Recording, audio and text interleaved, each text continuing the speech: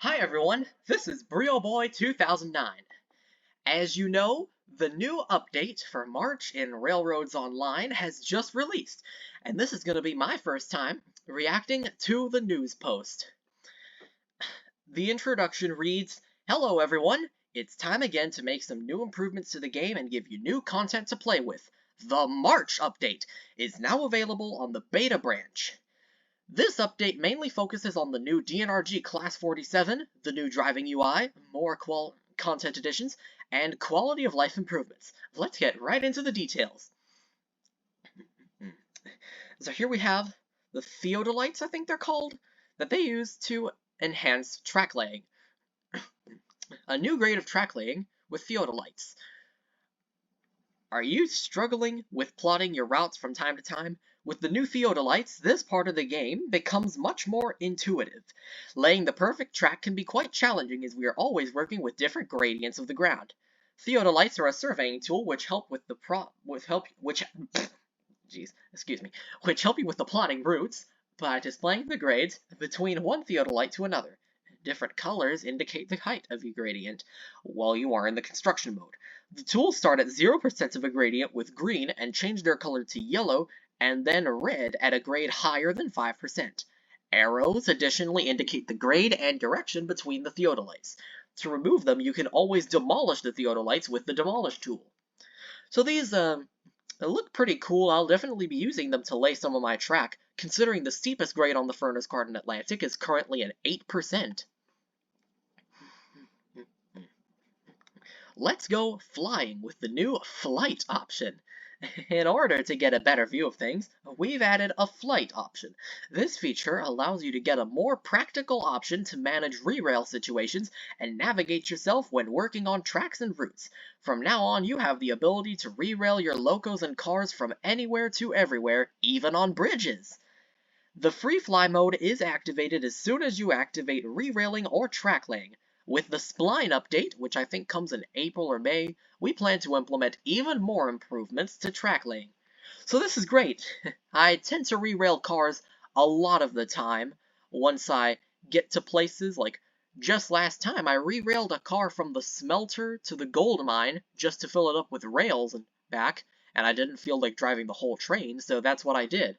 And I feel like this will help speed up the process.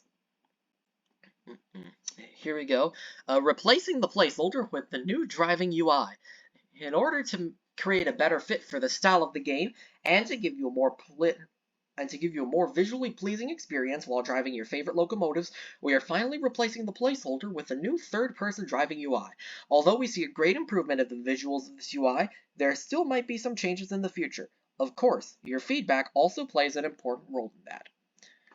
So, the reverser, the regulator, and the brake are still in their former spots, although the regulator and the brake have switched places. There's the boiler pressure gauge, cylinder cocks, compressors, generators would appear somewhere here, the whistle's up here now, and then this indicates how much coal, water, and sand you have, how to turn the bell on, and also your speed. Time to speed things up with the new Denver and Rio Grande Class 47. The high-speed Class 47 locomotive with its 460 wheel arrangement was originally built by the Baldwin Locomotive Works in 1883 for passenger traffic on the narrow gauge. As the successor of the Class 45.5 locomotives, or 45.5 as they're called in the devlog, the Class 47s were created with larger boilers, cabs, and tenders, resulting in a tractive effort of 9,628 pounds. To rectify the issues of the Class 45.5s, of insufficient steaming capabilities. It says streaming, but steaming instead of streaming. In subsequent developments, the Class 47s were reclassified in 1924 as T12s, gaining additional weight and tractive effort. The last T12s were still in use until the mid of the 20th century. The T12 168 can still be found today in operation in Antonito, while the T12 169 sits on display next to the City Hall of, and say it with me, Alamosa, Alamosa, Alamosa! With that, we are excited to introduce the Class 47 to the game, perfect for transporting any freight quickly from one place to another. The 10-wheeler also comes with many different customizations with the ability to choose between 9 smokestack options, 8 different headlights, and 4 different paint schemes. One question though, where does the name for it show up, or does it not have that function? I do request having a visible name like the other engines do, if that's possible. This here is the Pine Valley Engine House, although it's shown on Aurora Falls here. We are finally here to present our first 4-stall roundhouse, the Pine Valley Engine House. As this has been often requested, we added a roundhouse with 4 slots for locomotives, equipped with lights that turn on automatically at night. With each slot, with each slot, there's an inspection pit where you can take a look under your locomotive. When entering the service pit, your locomotive will automatically be replenished with fuel and water. That is something that I never thought about before. That's awesome! With this bigger size roundhouse, we also have built a larger turntable to even fit our currently largest locomotive, the Class 125, which was added in the update that came before this one, the Winter Update. How can I put this nicely? I'm in love with the new roundhouse. And speaking of love, a perfect couple. Check out the new automated coupling feature, which makes the handling of cars and engines much easier. Cars and locomotives will now couple together automatically when they are being pushed together, leaving the player only needing to open and close the knuckles. This feature is optional and can be turned off in the menu for everyone who prefers manual handling. I am definitely upgrading to knuckle couplers. Additionally, we have adjusted the system so that cars and locomotives will now spawn closer to the player, either on empty track or on the ground. Especially on bigger maps, this adjustment makes everything a bit clearer and easier to work with. To be honest, I really like the automatic coupling, and it's nice that we finally get true knuckle couplers in the game. Or in this case, Janny couplers, because link and pin. And then we have this monster. Snow on the tracks? No problem. Over the last few months, we have created a massive new snowplow. It's been in production since the release of the 2-year anniversary update, by the way. Originally built by the Cook Locomotive Works in 1890 it was, the same company that manufactures the games Cook 260, Cook 260 Coal, and Cook 280. It is equipped with a rotating blade powered by a steam engine. Scooping snow has never been more powerful in Railroads Online than with the new Rio Grande Southern No. 2 rotary snowplow. Although it's huge in size, it is not self-propelled. It is not self-propelled and requires an engine behind it to move, hence why I don't classify it officially as a locomotive, even though it has editable stacks and headlights and paints, and it is in the locomotive section.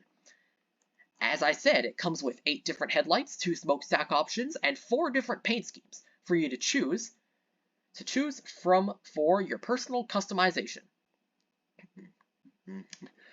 And there's also 1 password for multiplayer. Up until now, for 1 multiplayer session, you needed to use 2 passwords to secure your server. A bit confusing, we know. That is why we have adjusted the system to only require 1 password from now on, since that is a lot easier and time-saving for everyone and avoids further confusion. For even more details, historical backgrounds, explanations, and further insights, you're welcome to watch the devlog from 2 days ago, narrated by moderators and developers Sandy and Goku, and might I say they did an astounding job with this devlog, and with the update as a whole. And also, here is the complete changelog. We've added, of course, they've added the Class 47, yay for 10-wheelers, rotary snowplow, 4-stall roundhouse, the Galoose turntable. It looks great on the roundhouse, it really does. Added a knuckle coupling, added a new object called the Theodolite, a fly modes, re-railing, track building, hid the helper UI that sits in the upper right corner of the screen, adjust the amount of sand to, it now says how much sand you have in the sand dome. The 125's whistle has been fixed and it is now not too quiet. And also the Lima's whistle is no longer too loud. We hope you enjoy all the new content and adjustments of this update, your Railroads Online team. Why, thank you, folks! And thanks for watching this informative update on the March update for Railroads Online. If you enjoyed it, please consider liking the video and maybe even subscribing to the YouTube channel. And if you have the ability to click the bell, because it may not be there, if it is, please consider clicking it to get notified whenever I upload a new video. I'll see you all next time on BrioBoy2009, and as Sandy would say, have a good time in the valley, and never stop shaping the world of Railroads Online. Take your train! Now available in Steam Early Access.